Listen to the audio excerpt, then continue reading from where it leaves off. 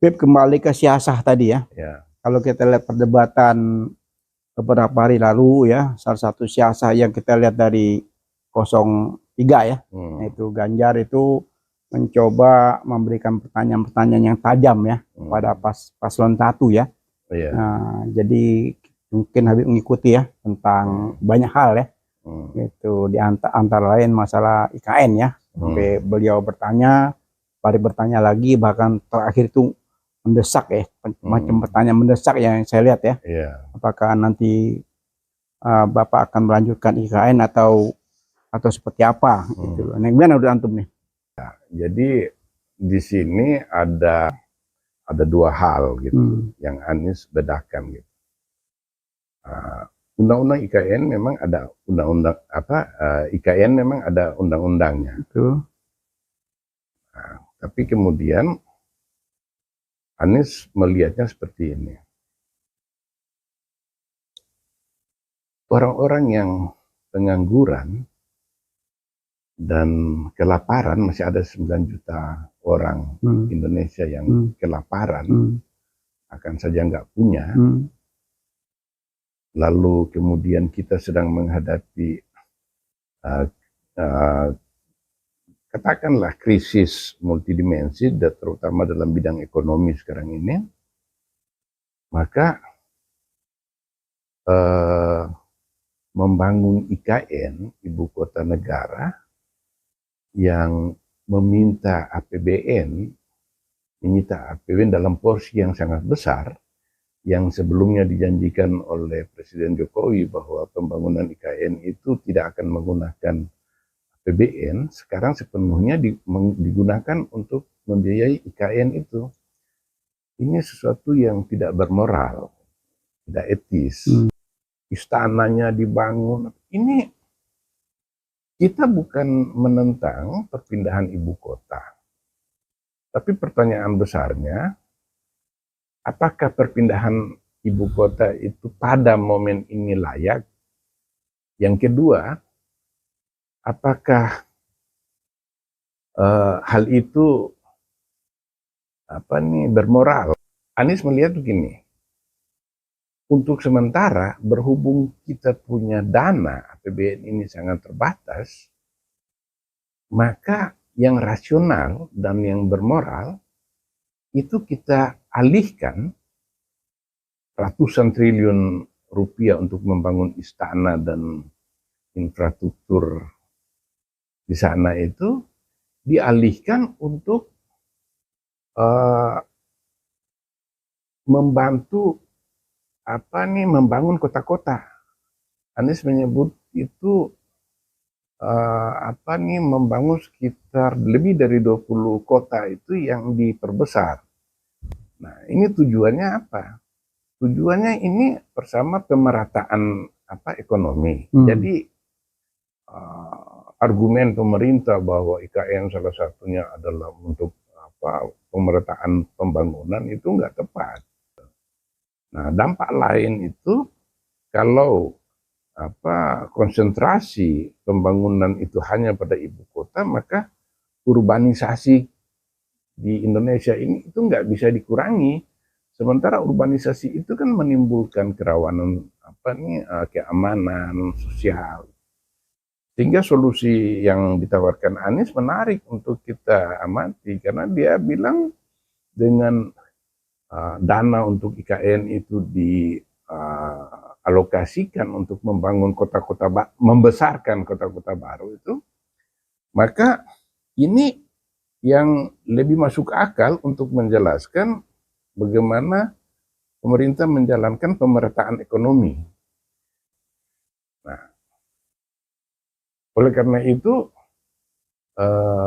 Anies meskipun undang-undang IKN itu sudah ada, dia merasa tidak perlu untuk meneruskan Pemindahan ibu kota.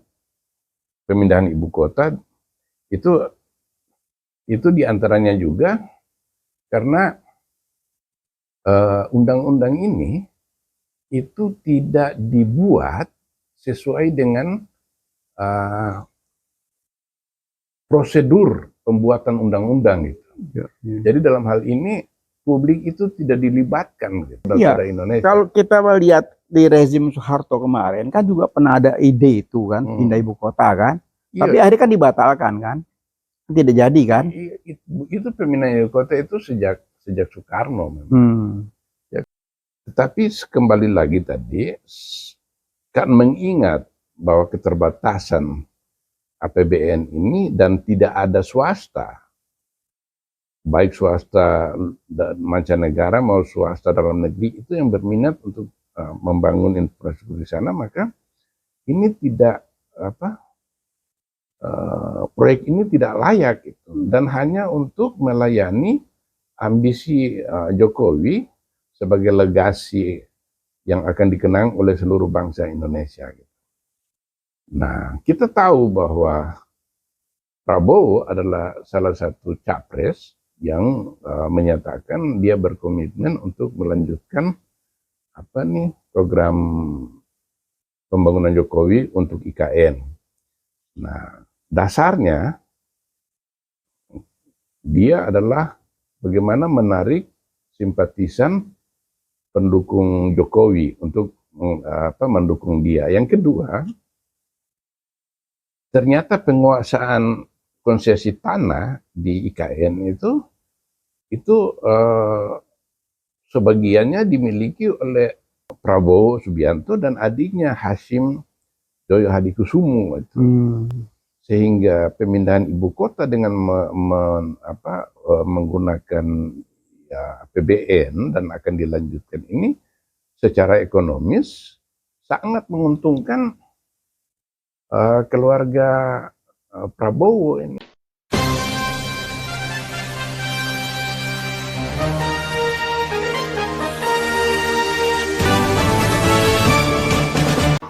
Jangan lupa ya di subscribe, like, comment, share, dan tekan tombol loncengnya. Bismillahirrahmanirrahim. Assalamualaikum warahmatullahi wabarakatuh. Sehat ya, Habib? Sehat. Jumpa lagi di Peace dan Has Channel ya. Di pagi ini kita akan bahas topik yang lagi hangat, ya Beb ya? Iya, betul. Tentang perdebatan yang sangat menjanjikan ya untuk publik. Sinilah proses pencerahan Beb ya. Pencerahan politik sehingga Pilpres 2024 ini semakin menarik untuk diikuti ya Beb ya. Iya. Jadi di situ kesempatan rakyat untuk memilih ya. Kita coba bahas tentang antara pasangan 1 dan 3 ya. Kalau sebelumnya kita bahas dengan 1 dan 2 sesuai dengan nomor urut. 1 dan 3 ini kira-kira apa saja yang perlu kita bincang-bincangkan Beb ya. Di forum di Has dan Peace Channel ini Beb ya. Itu. Gimana Beb? Habib Smith nih telah ngikuti perdebatan ini nih yang insya Allah nanti tanggal 22 ya, kalau nggak salah kan ada lagi perdebatan debat cawapres. Nah ini menarik, ini cawapres dari pasangan Amin ini sedang menjalankan ibadah umroh Beb. Nah ini pertanda yang baik ya.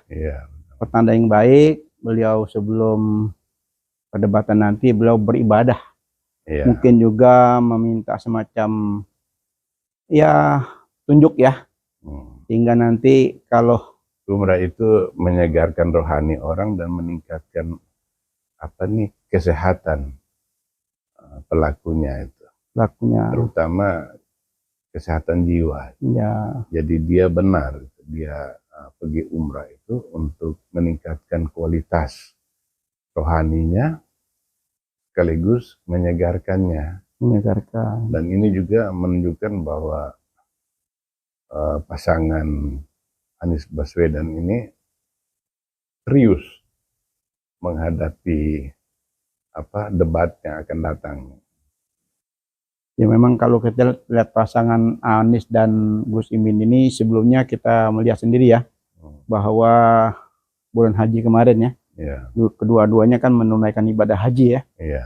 Dan sekarang ini apa namanya Gus Imin punya kesempatan waktu ya, waktu beberapa hari ke depan ini menggunakan kesempatan untuk ya berkunjung ke Baitullah, beliau berziarah ya, sekaligus seperti yang aku bilang tadi, menguatkan fisik ya, fisik dan mental ya, rohaninya ya. Sehingga ya mungkin juga minta semacam petunjuk Allah ya, kira-kira yang mana yang terbaik buat bangsa ini ya. Betul. Disitulah nanti mudah-mudahan mendapat satu hidayah ya, pulangnya dari umroh itu beliau semakin segar ya, hingga menghadapi perdebatan itu dengan apa namanya, dengan santai ya, santai. Dan jadi memang ini apa, kehidupan manusia itu tidak bisa dipisahkan dari kehidupan rohani seorang, karena ada lagi slogan dari Greek kuno, dari Yunani kuno itu mens sano in corpore sano. Dalam jiwa yang sehat, dalam tubuh yang sehat, terdapat jiwa yang sehat. Jadi salah besar kalau orang menganggap bahwa sisi rohani dari manusia itu apa, sesuatu yang profan sifatnya dan apa tidak ada hubungannya dengan kegiatan-kegiatan intelektualitas manusia, tidak ada hubungan dengan aktivitas manusia sehari-hari, tapi justru sisi rohani itu merupakan lain sisi dari satu mata koin, mata uang. Jadi benar yang dilakukan rohani itu, Muhaimin itu kan ikhtiar dan doa ya, calon pemimpin untuk bagaimana menampilkan diri lebih berkualitas dalam debat yang akan datang. Ya mungkin juga setidaknya sekaligus beliau bersyukur ya, beliau bersyukur bahwa saat-saat yang dinantikan semakin hari semakin dekat ya. Terus kondisi politik juga semakin hari semakin sejuk ya, walaupun sana sini terasa panas, tapi proses pemilu ini berjalan ya. Yang tadi kekhawatiran sana sini ya kita saksikan sendiri sudah mulai berjalan dengan baik ya. Setelah masa kampanye ini selesai ya, tentu kan nanti ada minggu tenang ya, kurang lebih berapa 2 minggu ya. Dan ini dia kan berarti dia dengan umrah itu dia mendekatkan diri kepada Allah, karena dia menyadari bahwa kemampuan manusia itu terbatas. Dan tanpa perlindungan supranatural, tanpa perlindungan Allah yang Allah Subhanahu wa Ta'ala, maka apa-apa yang kita inginkan dalam kehidupan profan di dunia ini, itu kehidupan fana itu tidak akan bisa mencapai hasil yang maksimal. Jadi ini ikhtiar dari orang yang tidak sombong, orang yang tidak angkuh, karena dia meyakini bahwa dirinya ini hanyalah debu. Dan setelah orang berikhtiar yang diperintahkan oleh Allah juga, bahwa manusia nasibnya tidak akan mengubah kecuali dia mengubah dirinya sendiri. Jadi pergi umrah itu ke Baitullah itu adalah suatu tindakan dan pengakuan bahwa dirinya ini hanyalah hamba Allah yang kecil, tidak artinya, dan bahwa kehidupannya tidak akan berkah tanpa pengakuan kita terhadap adanya sebuah kekuatan yang menciptakan dan mengatur kehidupan semua makhluk di muka bumi ini. Itu luar biasanya ya. Jadi ketawaduan ya terhadap calon pemimpin ya, dia tunjukkan di last minute ya, detik-detik hitungan hari ya Hmm. untuk menghadapi semacam perdebatan politik ya. Sinilah nanti penilaian masyarakat ya. Iya. Beliau menunjukkan seharusnya kan sibuk ya dengan siapa segala-gala ya, Iya. tapi beliau memilih beribadah ya. Beribadah. Nah, ini satu poin sendiri ya yang kita Iya. lihat ya. Jadi pasangan yang memang kita melihat apa namanya Anies Musimin ini pasangan harapan ya ke depan ya. Harapan bagi semua orang. Karena orang Islam yang benar itu adalah orang Islam yang rahmatan lil alamin. Rahmatan lil alamin. Jadi dia berguna bagi alam semesta. Betul. Dan cuman kepada dirinya sendiri, kepada keluarganya, tapi seluruh alam semesta, termasuk juga kepada makhluk-makhluk yang lain. Ya, Inilah yang menjadi salah satu doktrin Islam yang diingat-ingatkan kepada seluruh kaum muslimin untuk menjadi makhluk yang berguna bagi alam semesta, karena dia diutus sebagai khalifah, sebagai pengganti atau pengganti Allah di muka bumi lah. Maksudnya penerus ya. Iya, orang yang dikirim Allah ke muka bumi ini untuk mensyukuri apa yang telah disediakan oleh Allah untuk makhluk-makhluknya. Ya, kan Allah ciptakan bumi dan seisinya ini perlu diurus ya. Ya, makanya Allah kirimkan utusan-utusannya ini untuk mengurus dunia ini ya.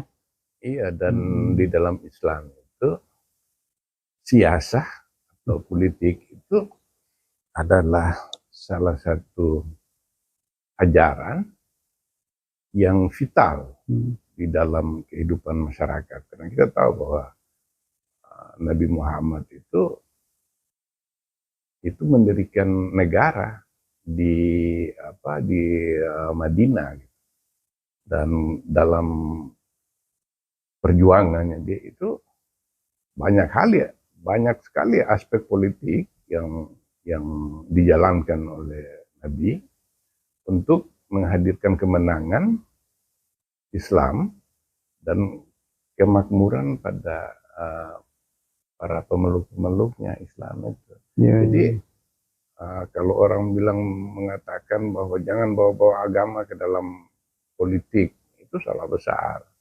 Karena tidak mungkin agama itu dipisahkan dari politik. Betul.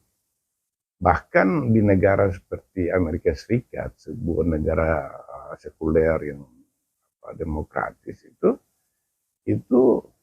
tiap kali datangnya pemilu itu para calon ini mendatangi komunitas-komunitas agama untuk meminta dukungan. Yang mencolok itu 2016 itu Pilpres di Amerika Serikat itu Donald Trump itu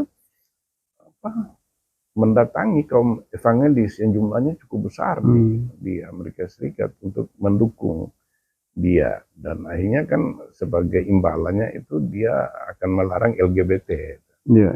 Ya, jadi jangan salah jangan salah mengerti bahwa agama itu harus dipisahkan secara total dari politik. Karena kalau kita nggak mengurusi politik, berarti kita dengan sengaja melahirkan suatu pemilu yang tidak representatif atau tidak legitimate. Karena hasil Pilpres itu tidak mencerminkan aspirasi umat-umat beragama yang ada di dalam masyarakat. Pip, kembali ke siasah tadi ya. Kalau kita lihat perdebatan beberapa hari lalu ya, salah satu siasah yang kita lihat dari 03 ya, yaitu Ganjar itu mencoba memberikan pertanyaan-pertanyaan yang tajam ya pada paslon 1 ya.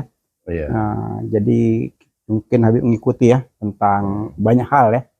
Itu di antara lain masalah IKN ya. Sampai beliau bertanya Pari bertanya lagi, bahkan terakhir itu mendesak ya, macam pertanyaan mendesak yang saya lihat ya. Iya. Apakah nanti Bapak akan melanjutkan IKN atau seperti apa gitu. Nah, gimana udah antum nih? Dan Ganjar menjawab apa ketika Iya, Anies menanya, Ganjar menanyakan kepada Anies. Oh iya. Tentang IKN ini. Iya, jadi di sini ada apa? Ada dua hal gitu yang Anies bedakan gitu. Undang-undang IKN memang ada undang-undang IKN memang ada undang-undangnya. Nah, tapi kemudian Anies melihatnya seperti ini. Orang-orang yang pengangguran dan kelaparan, masih ada 9 juta orang Indonesia yang kelaparan, akan saja nggak punya. Lalu kemudian kita sedang menghadapi katakanlah krisis multidimensi, terutama dalam bidang ekonomi sekarang ini, maka membangun IKN, ibu kota negara, yang meminta APBN, menyita APBN dalam porsi yang sangat besar, yang sebelumnya dijanjikan oleh Presiden Jokowi bahwa pembangunan IKN itu tidak akan menggunakan APBN, sekarang sepenuhnya digunakan untuk membiayai IKN itu. Ini sesuatu yang tidak bermoral, tidak etis. Di saat pengangguran meningkat, daya beli masyarakat menurun, kemiskinan orang 9 juta orang kelaparan, lalu IKN dibangun oleh pengusaha yang kemudian nanti akan dihuni oleh aparat negara gitu di sana.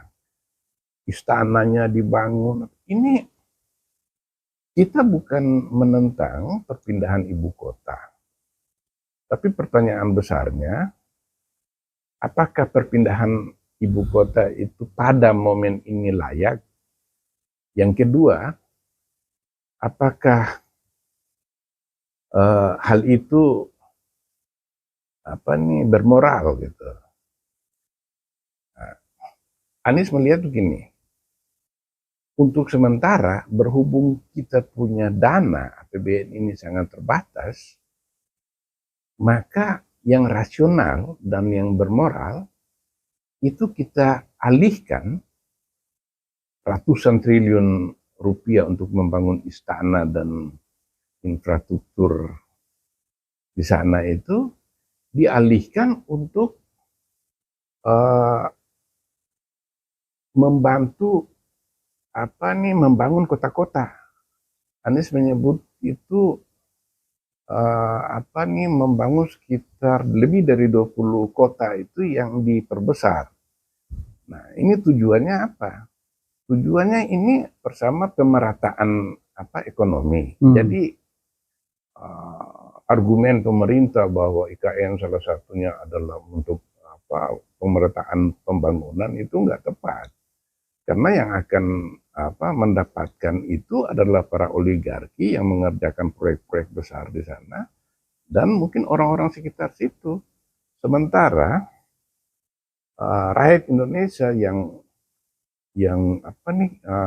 tinggal di daerah-daerah itu mengalami sebuah ketimpangan ekonomi yang cukup besar karena pembangunan kota di kota-kota besar di Indonesia itu sangat kurang gitu.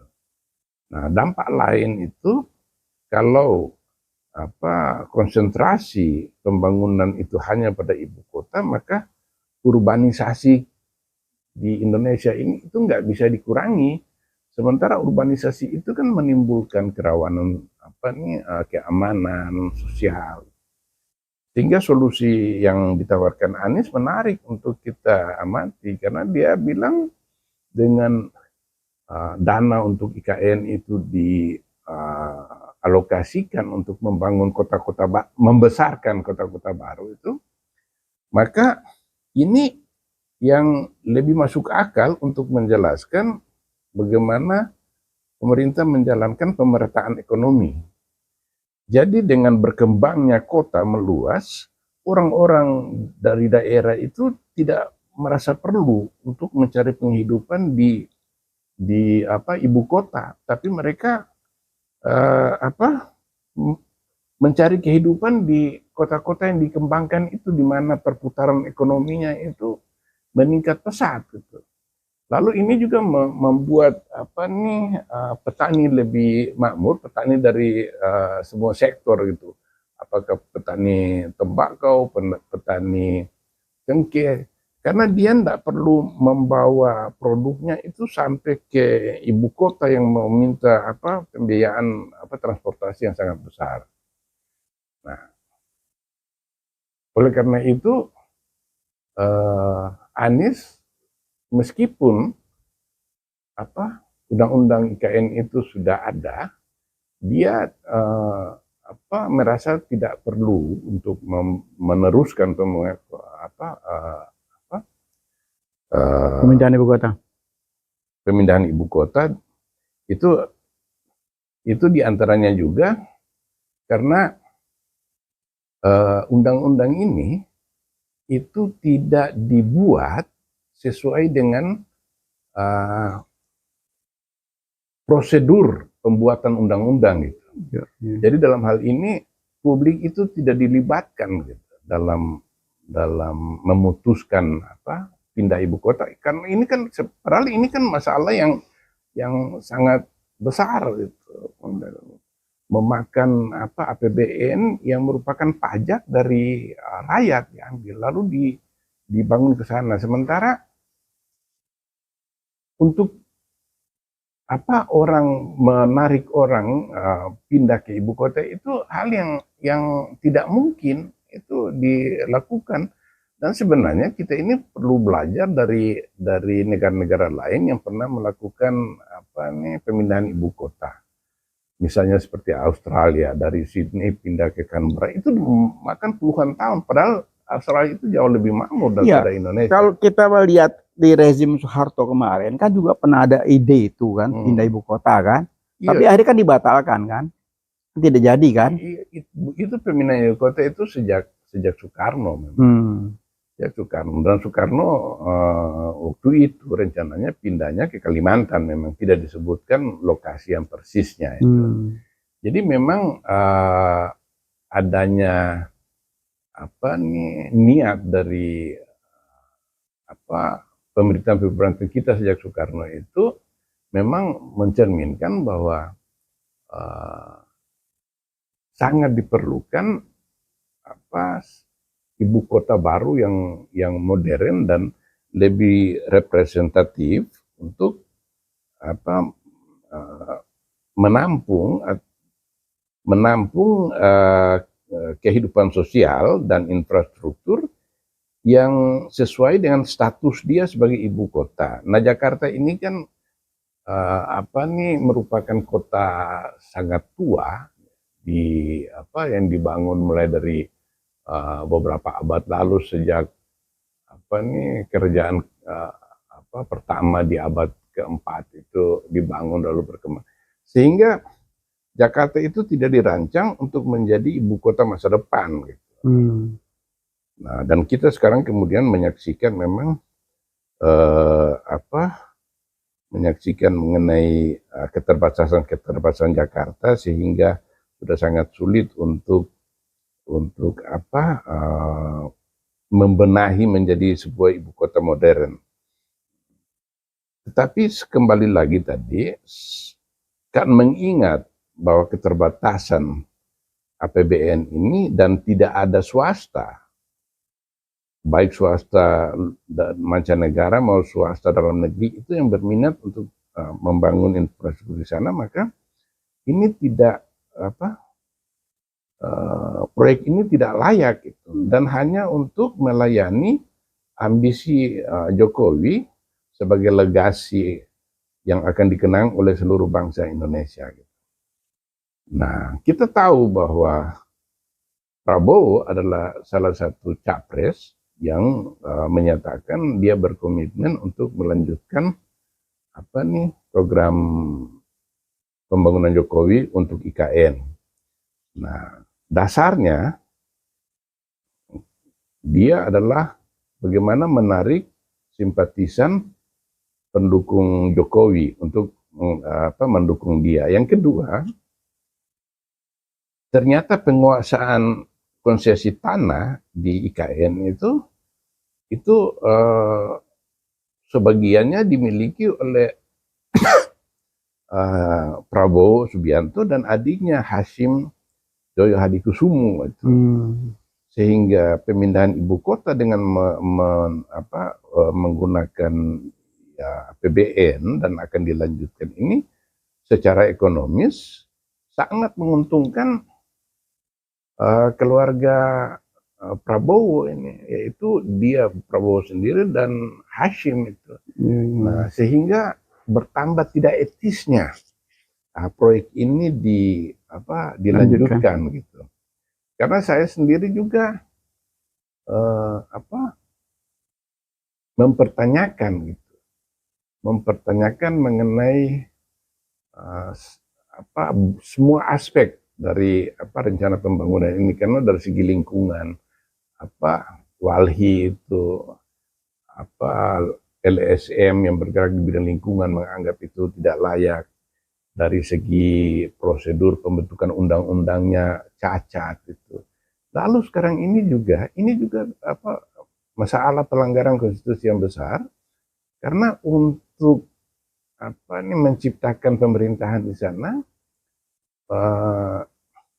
pemerintah memutuskan untuk mendirikan otorita di sana.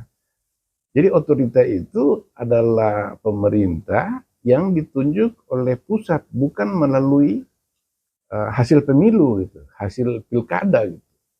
Padahal dalam konstitusi kita sudah menyatakan bahwa semua kepala daerah itu harus dipilih melalui pemilu, sehingga mereka merepresentasikan aspirasi rakyat itu. Tapi untuk IKN itu dibentuk badan otorita itu. Jadi dia itu ditunjuk presiden, sehingga menimbulkan kecurigaan kita bahwa nanti otorita ini akan berfungsi sebagai orang yang akan membagi-bagi proyek kepada oligarki gitu. Karena dia nggak perlu persetujuan dari DPR, tidak perlu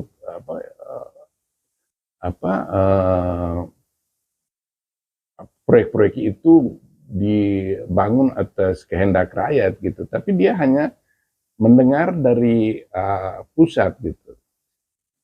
Nah, kita tahu bahwa pemerintahan Jokowi ini tidak bisa dipisahkan dari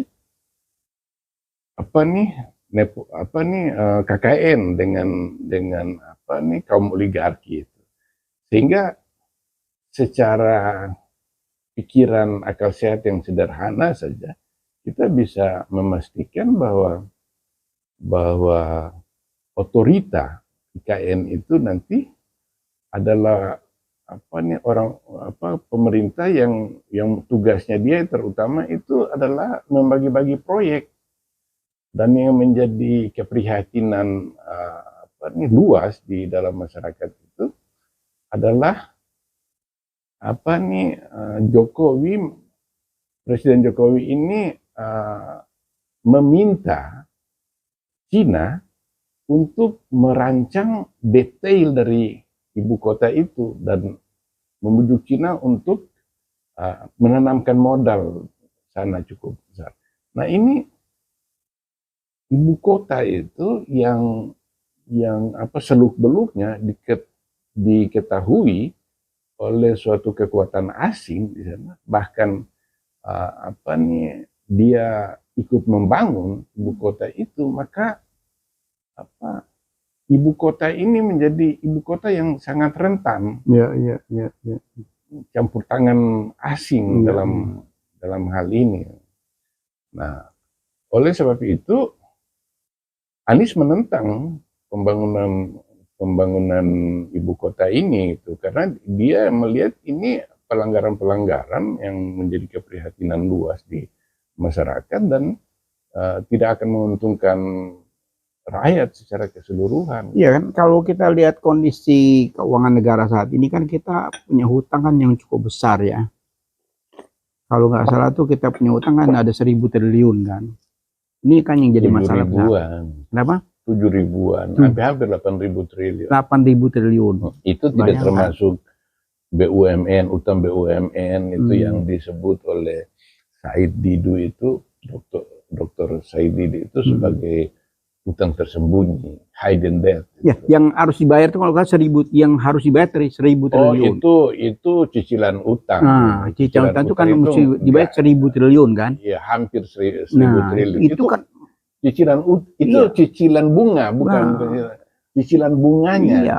Nah, itu Besar dalam kondisi seperti ini proyek yang dipaksakan yang berbau KKN kan. Iya. Ini kan berbau KKN kan. Iya, betul. Nah, jadi kalau kita melihat perdebatan kemarin antara pasangan 3 dan 1 kan jelas-jelas itu ya ini kan proyek yang dipaksakan, kekuasaan yang memaksakan ini kan. Iya. Nah, itu. Jadi jelas-jelas undang-undang itu disahkan tuh bukan melalui proses yang standar ya. Iya, Nah, itu sosialisasi dulu sekian lama melalui tujuan. Ini kan setengahnya kan dipaksakan. Ya kita tahulah, semua tahu, masyarakat tahu bahwa DPR di periode ini semuanya membebek ya. Iya. Ya, kalau dulu Prabowo ngomong kita jangan membebek, kadang kan semuanya jadi membebek kan. Iya. Nah, saya juga waktu itu ikut di dalam tim. Iya. Wah, kita jangan membebek, kita harus berdiri tegak gitu loh. Iya. Menunjukkan bahwa kita adalah calon pemimpin yang tegas gitu loh. Iya. Tapi ujung-ujungnya begitu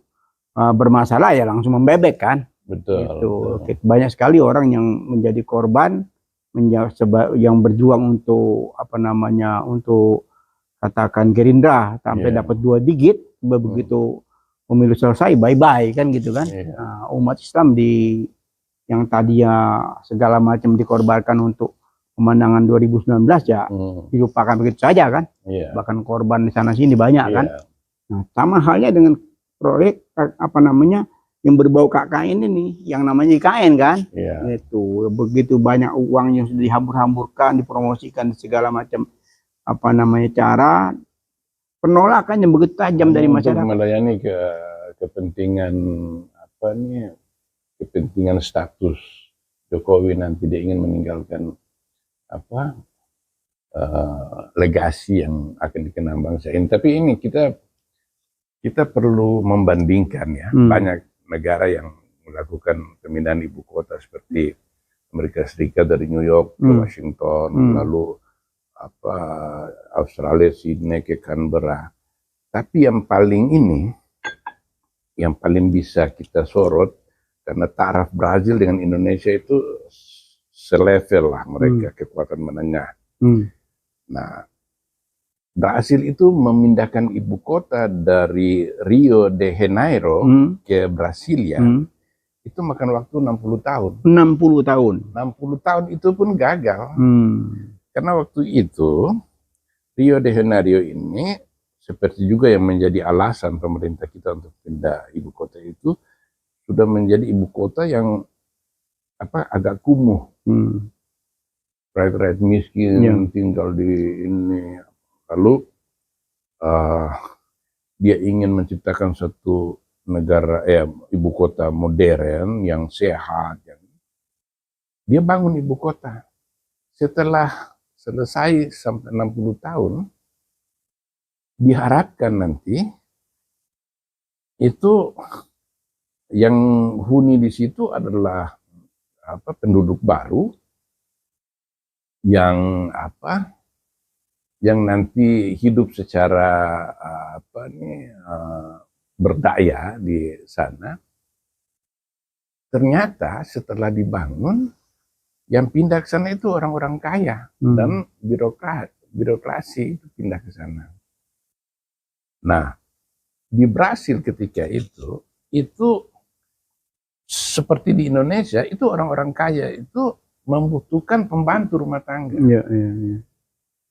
Nah, di ibu kota lama pada waktu itu dengan mudah dia mendapatkan tenaga. pembantu rumah tangga, babysitter dari orang-orang miskin di pinggiran kota itu. Nah, ketika ibu kota dipindahkan, orang-orang ikut pindah di sana, kehidupan sosialnya hilang. Jadi cuma ada Gedung, hutan beton di sana. Tapi kehidupan sosial nggak ada. Nah, karena mereka ini juga butuh pembantu, orang-orang yang miskin yang tadinya direncanakan untuk dipisahkan orang miskin itu dengan ibu kota, pada bermigrasi lagi ke ibu kota baru itu untuk mendapat pekerjaan sebagai pembantu rumah tangga. Akhirnya ibu kota itu kembali seperti Rio de Janeiro itu. Jadi gagal ya? Gagal. Dan itu ini ibu kota IKN itu sangat mungkin akan mengulang pengalaman Brasil itu. Orang-orang miskin itu akan datang ke situ. Tapi yang pertama-tama itu akan penghuninya di ibu kota baru itu, kecuali dipaksakan itu pegawai negeri, yang lainnya itu dalam jumlah besar itu akan sulit. Ya sudah jelas kan kita tidak mampu ya. Bayar utang aja nggak mampu, ya kan, kondisi ekonomi nggak mampu, rakyat miskin seperti yang tu bilang tadi kan, begitu banyak. Kita sebentar lagi menghadapi pemilu juga perlu biaya besar, ya kan, sepasca pemilu juga masih perlu lagi bebenah sana sini kan, ya kenapa lah harus dipaksakan gitu. Jadi kalau kita boleh melihat dari apa yang disampaikan Anies secara terang benderang, bukan tidak setuju dengan perpindahan, prosesnya yang dimasakan ini proses. Itu aja kan. Nah, kalau memang proses itu sudah dicacat sejak awal, kenapa harus teruskan gitu kan? Nah, kita butuh proses yang transparan, terbuka, kondisi rakyat seperti ini, kan gitu kan? Nah, kalau memang kondisi rakyat makmur, semuanya cukup, utang kita juga bisa terkendali, pertumbuhan ekonomi. Sekarang kan semakin hari semakin sulit ekonomi. Bayangin, harga-harga melonjak tinggi. Nah, jadi kebutuhan masyarakat bawah semakin hari semakin menjerit. Sementara pemerintah yang tadi mau meninggal legacy, ya kita khawatir nih tanda kutip pada pengki-pengki di sini kan gitu kan. Ada pengki banyak tujuan seperti antum bilang tadi. Salah satu capres itu ternyata punya aset yang luar besar. Luar biasa besarnya di situ kan.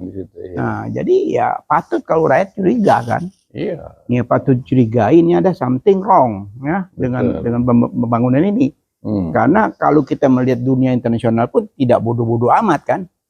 Banyak sekali awal-awal itu kan katanya ada investor dari Arab, dari Uni Emirat, udah dari mana-mana mau menanamkan investasi. Tapi kenyataannya kan jadi ini proyek pembohongan kan oleh Jokowi berulang kali. Yang pertama dia mengatakan bahwa ketika dia munculkan mimpinya membangun IKN di sana, muncul reaksi karena orang menganggap itu tidak layak untuk dibangun dalam keadaan Indonesia kekurangan dana gitu. Dan orang miskin masih sangat banyak.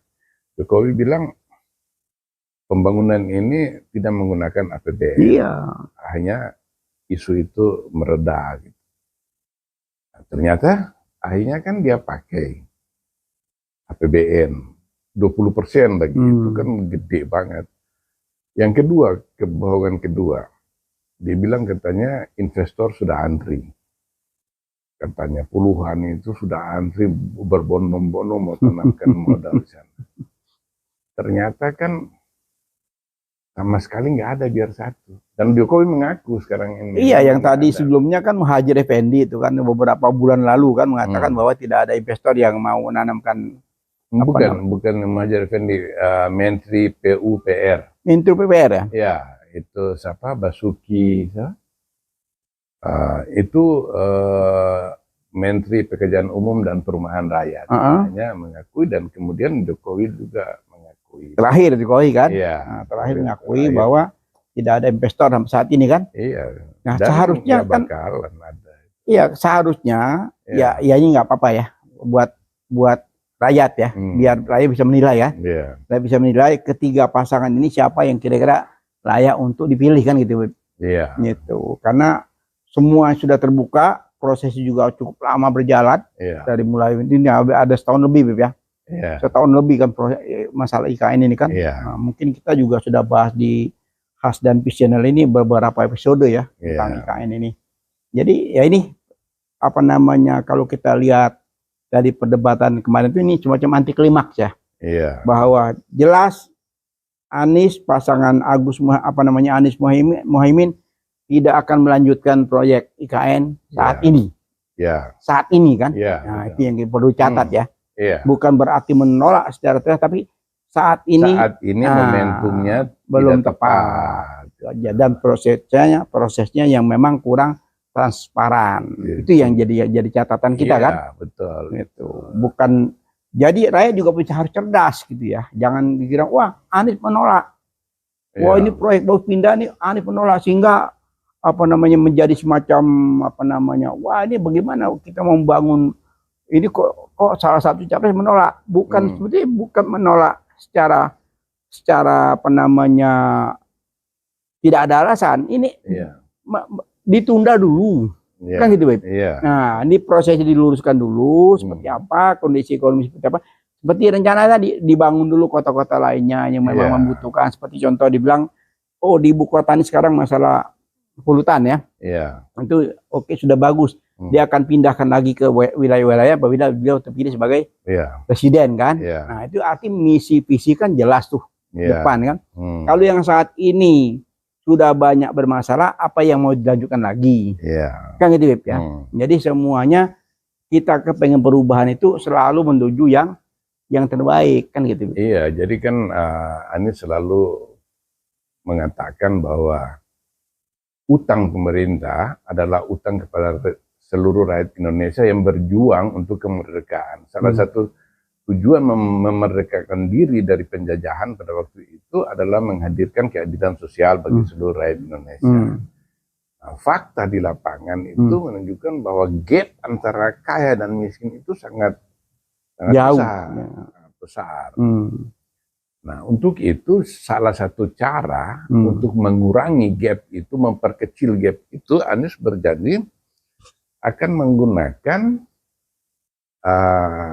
dana pembangunan IKN itu untuk memperluas pelayanan puskesmas di berbagai daerah. Nah, itu perlu butuh uang juga untuk meningkatkan kualitas institusi pendidikan kita, di mana nanti orang-orang miskin nanti punya akses ke perguruan tinggi dengan pemerintah melakukan subsidi terhadap perguruan tinggi, sehingga kendala dana yang dihadapi oleh rakyat miskin itu bisa diatasi, sehingga kalau lebih banyak orang miskin yang menyekolahkan anaknya di perguruan tinggi, itu dampak sosialnya besar sekali.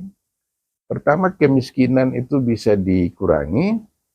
Kedua, itu kinerja ekonomi kita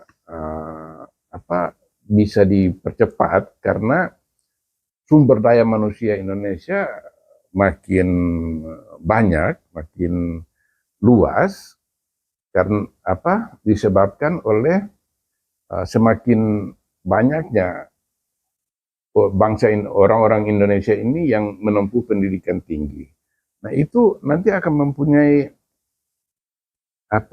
dampak ekonomi yang akan sangat cepat, sehingga tenaga kerja itu makin banyak yang diserap, kemakmuran bisa lebih dinikmati oleh banyak orang, sehingga kita siap mendapatkan Indonesia Emas tahun 2045. Sekarang ini semua ahli di dalam negeri maupun di luar negeri mengatakan bahwa Indonesia hanya punya 10 tahun terakhir. 10 tahun ini kalau dimanfaatkan sebagai, maka cita-cita Indonesia Emas tahun 2045 itu nggak akan tercapai. Nah, salah satu prasyarat yang sangat utama itu adalah pertumbuhan ekonomi minimal dalam 10 tahun terakhir ini adalah 6,5 sampai 7% minimalnya. Iya. Kalau itu tidak tercapai, maka 10 tahun itu bonus demografi ini menjadi sia-sia. Kembali lagi ke debat kemarin ya. Ada yang mungkin yang belum kita bahas ya, Ya. tentang korupsi ya. Ah, Nah, ini ya, kan menarik kan. betul. Nah, tentang korupsi ini kalau kita melihat misi visi Anies kan mungkin nanti bisa lebih jelaskan lebih detail tentang masalah korupsi.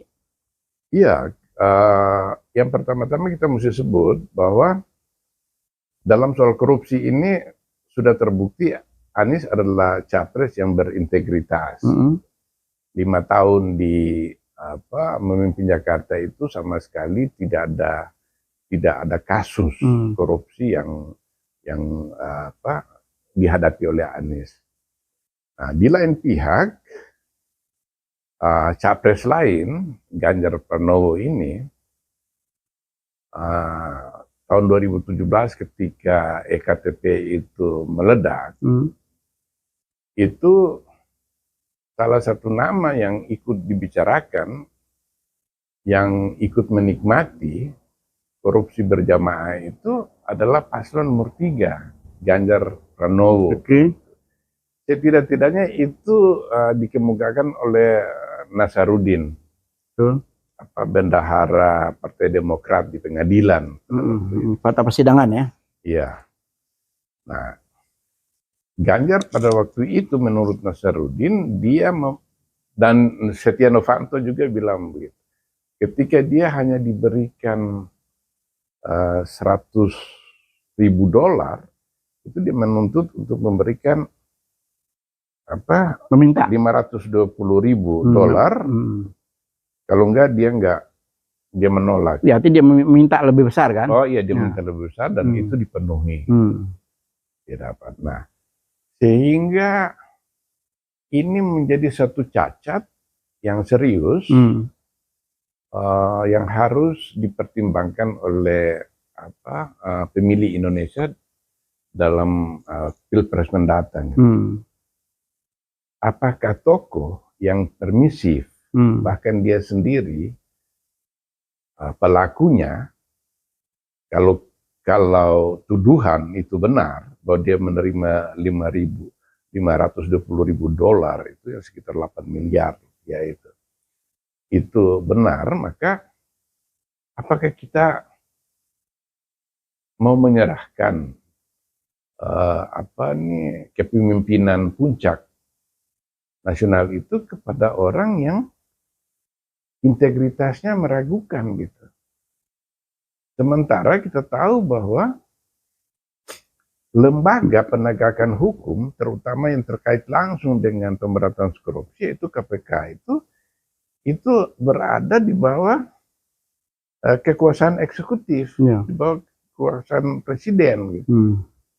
Nah, dengan demikian maka korupsi EKTP ini tidak bisa dibongkar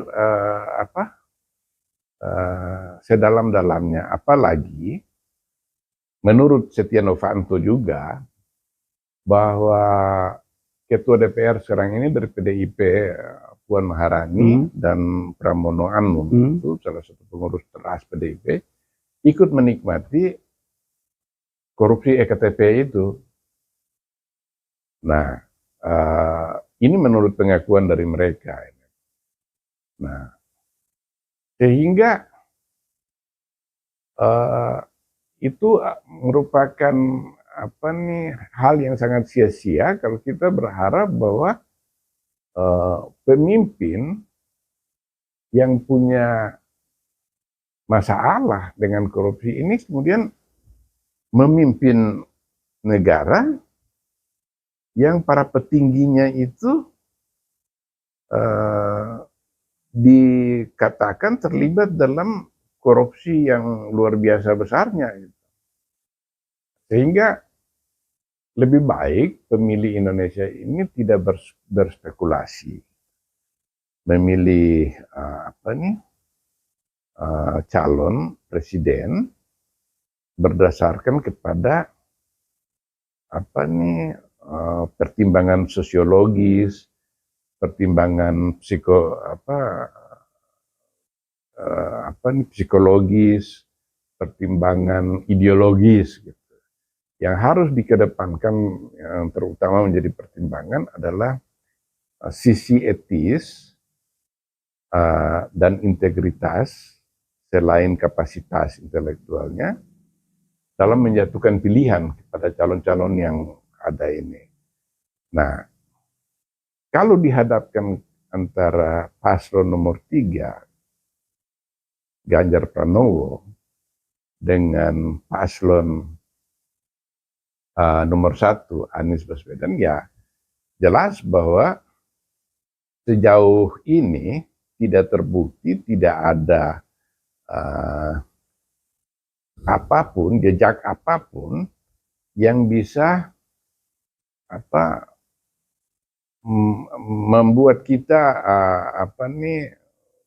membuat kita mendapat informasi bahwa integritas Anies tidak bisa diandalkan. Sementara yang lawan Anies ini itu diisukan secara luas oleh media massa dan di pengadilan itu bahwa paslon nomor 3 itu terlibat dalam masalah korupsi. Iya, memang kalau kita melihat bukti ya, akhir-akhir ini kan semakin hari kan semakin terungkap ke publik ya. Seorang mantan ketua KPK, dia datang sebagai satu channel YouTube ya, di satu channel itu dia membuka semua apa yang terjadi saat itu ya. Nah, sehingga ada proses intervensi ya dari istana. Jelas-jelas dia katakan bahwa proyek ini kasus ini harus dihentikan kan. Betul. Sehingga menjadi semacam kita lihat sendiri beliau menjadi korban ya. Kalau kita bisa katakan kan korban kan. Sejak itu karena sprindiknya sudah 3 minggu sebelumnya sudah ditandatangani sehingga dia tetap berjalan. Akibatnya apa? Beliau yang dilengserkan dari ketua KPK kan. Nah, maka dalam hitungan 3 minggu, Bib. Dalam hitungan 3 minggu itu revisi undang-undang KPK itu berproses. Berproses di rezim kemarin gitu loh. Sehingga menghasilkan ya sekarang ini hasilnya pimpinan KPK melakukan korupsi. Kan gitu kan jelas-jelas. Nah, sekarang masih ramai nih lagi dibahas nih. Semua sekarang semakin hari semakin terungkap tuh. Ada semacam pertemuan dipanggilnya pimpinan KPK ke istana, itu semua sekarang makin hari makin terkuak. Gitu. Bahkan di situ ya kita berharap ya dari SMP sini berharap kita buka aja, jangan setengah-setengah gitu, dibuka aja ke publik, itu loh yang terjadi gitu loh. Karena kalau menurut undang-undang kan jelas nih ada intervensi. Nah, ada penyalahgunaan kekuasaan. Nah, seharusnya DPR juga sudah bisa menggunakan haknya kan. Betul. Gitu, menggunakan haknya ya dipanggil nih pimpinan KPK dan mantan pimpinan KPK itu kan beliau kan masih hidup. Dia mau bersaksi kan. Dia sudah buka. Nah, di prosesnya dipanggil ke DPR, ditanyakan, ya main buka-buka aja. Mumpung masih hangat kan sekarang ini kan karena Pilpres belum berjalan, ya buka aja sekalinya apapun yang terjadi kan. Jangan ditutup-tutupi sehingga nanti kita tidak proses pembelajar politik semakin hari semakin cerdas kan gitu. Gitu. Siapapun yang memang bagus bersih ya dipublikasikan bahwa ini loh masalah ini sudah clear and clean kan gitu. Gitu. Sehingga rakyat ini tidak terlalu menjadi beban gitu loh. Selama ini kan semua hal-hal tuh kalau sudah kekuasaan ikut campur kita seakan-akan tidak bisa berbuat apa-apa gitu loh. Nah ini kan seperti saya sebutkan tadi, beberapa orang pengurus teras dari PDIP itu kan ditengarai terlibat dalam korupsi berjamaah itu. Nah, sementara Jokowi masih punya kekuasaan hampir setahun terakhir. Nah, karena pengurus PDIP ini ditengarai terlibat, maka upaya impeachment di DPR ini akan menjadi bumerang gitu mereka itu. Nah, padahal kan Ketua Umum PDIP Megawati Soekarno Putri yang bisa dikata sekarang sudah uzur, sudah umur 76 tahun, itu akan menghadapi sesuatu yang tidak dia inginkan kalau sampai Puan ini yang menjadi modal yang PDI sudah investasikan begitu banyak sumber daya untuk membesarkan Puan dari bawah yang diproyeksikan akan mengganti Ibu Megawati di kemudian hari. Kalau masalah itu dibongkar yang seperti saya sebutkan melibatkan Puan seperti diberitakan media, maka mimpi Terah Soekarno ini habis selesai, berantakan keseluruhan. Ini yang menjadi ketakutan dari PDIP. Kenapa mereka kendati sudah dibelakangi oleh Jokowi, itu mereka tidak berdaya untuk melawan gitu. Cara melawan yang efektif itu dan untuk menjamin bahwa Pilpres bisa berjalan fair dengan keyakinan seluruh rakyat Indonesia, maka mestinya dengan common sense yang sederhana itu, Jokowi itu tidak boleh ada di dalam Pilpres ini sepanjang dia masih megang kekuasaan dan kekuasaan itu disalahgunakan karena memanfaatkan institusi-institusi penegak hukum dan penyelenggara pemilu di satu tangannya, maka harapan kita untuk melahirkan satu Pilpres yang fair bisa jadi tidak terpenuhi.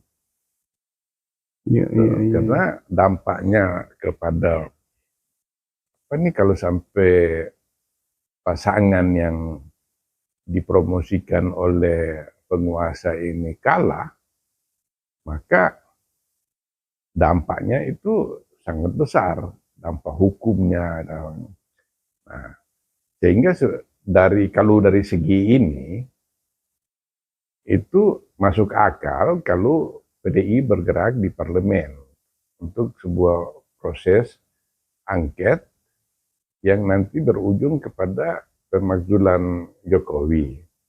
Tapi rupanya mereka melihat bahwa waktunya sudah nggak ada, lalu masalah fairness atau kejujuran dari Pilpres ini masih bisa diharapkan dengan cara menurunkan para saksi mata, menyadarkan publik tentang bahayanya unfairness, ketidakjujuran dari Pilpres ini, maka dibayangkan bahwa Jokowi tidak akan berani mengambil resiko yang sangat besar bagi kelangsungan hidup rezim ini dengan cara berbuat kecurangan. Mungkin itu yang menjadi kepentingan pertimbangan PDIP, sehingga bagi dia sudahlah kita ikut Pilpres aja dengan cara menyadarkan publik mengenai kemungkinan tidak fairness-nya itu yang mudah-mudahan terwujud, dan pada waktu itu mereka pertimbangan Ganjar punya peluang untuk menang. Nah, tapi kalau kita baca dari hasil survei Kompas hari Senin kemarin itu, jadi sekitar 4 hari lalu, itu Anies Baswedan sudah menyalip Ganjar Pranowo. Nah, ini menjadi suatu mestinya pemikiran baru di pihak PDIP bahwa kemungkinan Ganjar memenangkan pertarungan ini Tipis ya. makin tipis. Iya, iya, iya. Sehingga mungkin bisa mendorong mereka untuk bagaimana kalau menggulirkan hak angket ini di DPR. Gitu. Jadi terlanjur sudah Habib ya. Ya. Jadi terlanjur sudah euforia mereka selama ini menikmati ya, menikmati segala kemewahan ya. Persekongkolan tanda kutip di antara partai-partai politik yang apa namanya menikmati ya, menikmati kue ini ya. Mereka menikmati dengan berpesta pora sementara rakyat menderita ya. Sekarang mereka menghambur-hamburkan uang untuk memenangkan proses pemilihan yang kasat mata dilihat ini ya. Jadi kita dalam podcast ini mengingatkan pada masyarakat luas ya, khususnya netizen Fish dan Has Channel, bahwa hati-hatilah ya, karena pilpres dan pemilihan ini kuncinya ya, jangan sampai kita terkecoh ya, dengan sekedar sedikit rupiah ya, mengorbankan akidah kita ya, demi bangsa dan negara ya, karena kalau bukan dari rakyat siapa lagi ya, dari rakyat harus bangkit, rakyat harus melek, rakyat harus ngikuti terus dari perdebatan satu ke perdebatan lainnya, kupas tuntas ya, apa misi-misi daripada ketiga calon apa namanya presiden dan wakil presiden ini ya, dalam perdebatan nanti terus kita kupas ya, kita pelajari. Itu pemilih juga kita harus ingatkan bahwa jadilah pemilih cerdas. Pemilih cerdas itu pemilih yang rasional, yang menggunakan pikirannya dalam menjatuhkan pilihannya. Nah, saya dalam kesempatan ini perlu juga menyorot mengenai rekam jejak dari Capres nomor 3 itu. Nah, perlu kita ketahui bahwa ketika memimpin Jawa Tengah selama 10 tahun, itu Ganjar Pranowo sebagai gubernur itu tidak mampu mengangkat kehidupan ekonomi rakyat di wilayahnya itu, sehingga Jawa Tengah itu menjadi provinsi termiskin di Pulau Jawa gitu. Itu 10 tahun dia berkuasa di sana. Nah, mudah-mudahan ini menjadi satu indikator bagi pemilih untuk melihat capres yang sedang bertanding sekarang ini, apakah Ganjar layak diberi kesempatan lagi untuk memimpin Indonesia ketika memimpin di provinsi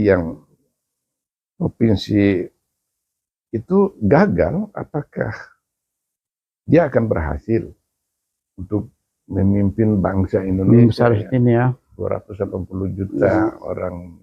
Jadi kita mengingatkan dalam forum ini bahwa bangsa ini tidak akan berubah kalau kita tidak merubahnya ya. Perubahan itu akan terwujud apabila rakyat itu berkehendak ya Beb ya. Betul. Nah, ini kehendak rakyat. Sekarang sudah terjadi semacam kontestasi di sini, hampir nanti selama 5 episode ya. Nah, debat ini yang satu sudah, 22 nanti ada perdebatan wakil, nanti perdebatan lagi capres, ada 4 lagi perdebatan. Ayo rakyat tonton ya, tonton perdebatan ini, kaji dengan mendalam ya. Nah, setelah itu baru tentukan pilihan, bahwa insya Allah hanya nomor 1 yang kita bisa harapkan merubah ya nasib bangsa ini menjadi satu bangsa, satu tanah air ya, yang tetap rakyatnya bersatu untuk maju. Untuk maju itu untuk perubahan yang akan datang. Nah, jangan lupa ya, tanggal 14 Februari gunakan jarimu yang satu ini untuk memilih nomor 1 pasangan Anies Gus Muhaimin. Insya Allah, mudah-mudahan podcast ini bermanfaat buat kita semua. Baiklah, Yusmit, kita akhiri episode ini ya, dengan hasil apapun kita kembalikan kepada rakyat ya, kepada netizen. Silakan gunakan akal sehat Anda. Kami hanya memberikan proses pencerahan, pemikiran, sumbangsih. Nah, di usia kami yang sudah lanjut ini ingin mendharma baktikan apapun yang kami punya, sehingga masyarakat tolong dengan cermat dan cerdas ya, jangan terkecoh oleh segelintir gimmick, apalagi uang ya. Uang satu hari juga habis ya, tapi 5 sampai 10 tahun ke depan itu akan menderita ya. Jangan gara-gara satu hari yang tidak dimanfaatkan maksimal kita rugi ke tahun ke depan ya. Bangsa tidak akan berubah kalau semua kita rakyat tidak berubah ya, tidak ingin merubahnya. Innallaha la yughayyiru ma biqaumi hatta yughayyiru ma bi anfusihim. Sesungguhnya Allah tidak akan mengubah nasib suatu bangsa atau kaum kalau bangsa itu tidak mengubah dirinya sendiri. Masya Allah. Kembali lagi ke Innallah tadi ya. Jadi Allah itu maha sayang ya, maha kasih kepada bangsa ini. Kita sudah melihat akhir-akhir ini segala hiruk pikuk, segala macam skenario kita alami dengan segala macam kendala, tapi semuanya Allah tunjukkan ya. Mudah-mudahan ihdinas siratal mustaqim ya. Nah, itu akan kita capai. Allah tunjukkan jalan yang benar, kita mendapat pemimpin yang benar, sehingga kebenaran bisa ditegakkan di negeri ini, Beb. Iya, itu tadi yang firman Allah tadi yang saya bacakan itu menunjukkan bahwa Allah itu menginginkan hamba-hambanya itu rasional, menggunakan pikirannya. Itu banyak juga tersurat dalam hadis-hadis Nabi, misalnya Utlu bil ilm ila bisin, tuntutlah ilmu itu sampai ke negeri Cina, atau utlu bil ilm minal mahdi ila lahdi, tuntutlah ilmu dari buayan hingga ke liang lahat. Jadi bahwa kaum muslim itu bukan orang yang bertawakal begitu aja kepada Allah. Itu saya bacakan firman Allah tadi, itu menunjukkan bahwa Allah minta umatnya itu berikhtiar dengan menggunakan pikiran. Karena Allah tidak akan mengubah nasib satu bangsa kalau bangsa itu tidak mengubah dirinya sendiri. Nah, inilah podcast ini ikhtiar kami ya. Ikhtiar kami mengajak semua masyarakat Indonesia, ini saatnya, ini waktunya. Nah, kembali lagi setelah itu kita kembali lagi kepada Allah ya. Mudah-mudahan berikhtiar, baru kita bertawakal. Ikhtiar. Sekarang masih proses ikhtiar. Jangan lupa ikhtiar ini dimaksimalkan. Ya. Ikuti terus perdebatan ke depan. Ikuti juga apapun misi visi dari ketiga pasangan ini. Silakan rakyat menilai ya. Kami sudah banyak menelaah ya dari pasangan Anies Gus Imin ini, banyak hal-hal yang positif, banyak bukti yang sudah kita fakta dan data kita sudah kita kupas tuntas. Kami pertanggungjawaban baik dunia maupun akhirat, Beb. Insya Allah. Baiklah, podcast ini dari Khas dan Peace Channel ini semoga bermanfaat buat kita semua. Terima kasih Habib Smith, ilmunya, waktunya yang sangat berharga. Mudah-mudahan bermanfaat buat kita. Wabillahi taufik wal hidayah. Wassalamualaikum warahmatullahi wabarakatuh. Jangan lupa like, share, dan kritik ya. Karena tanpa mengurangi harga hormat kami kepada netizen, kami sangat bersyukur ya. Usia Khas Channel ini baru kurang lebih menjelang 9 bulan. Kami sudah mendapatkan subscriber kurang lebih hampir 10.000. Dengan video yang tayang itu, yang panjang dan pendek itu hampir 500 video. Tiap hari kita tayang. Dan kami juga bersyukur dengan netizen yang setia dengan Khas dan Peace Channel ya. Karena suara hati nurani kami ini kami sampaikan terus menerus, tidak ada henti-hentinya sampai mencapai suatu tujuan kami, yaitu mendapatkan pemimpin yang baik di negeri ini. Ya. Insya Allah. Barakallahu fikum, barakallahu fi umrik ya. Semoga Allah memanjangkan umur kami, ikhtiar kami ini mendapat ridho Allah.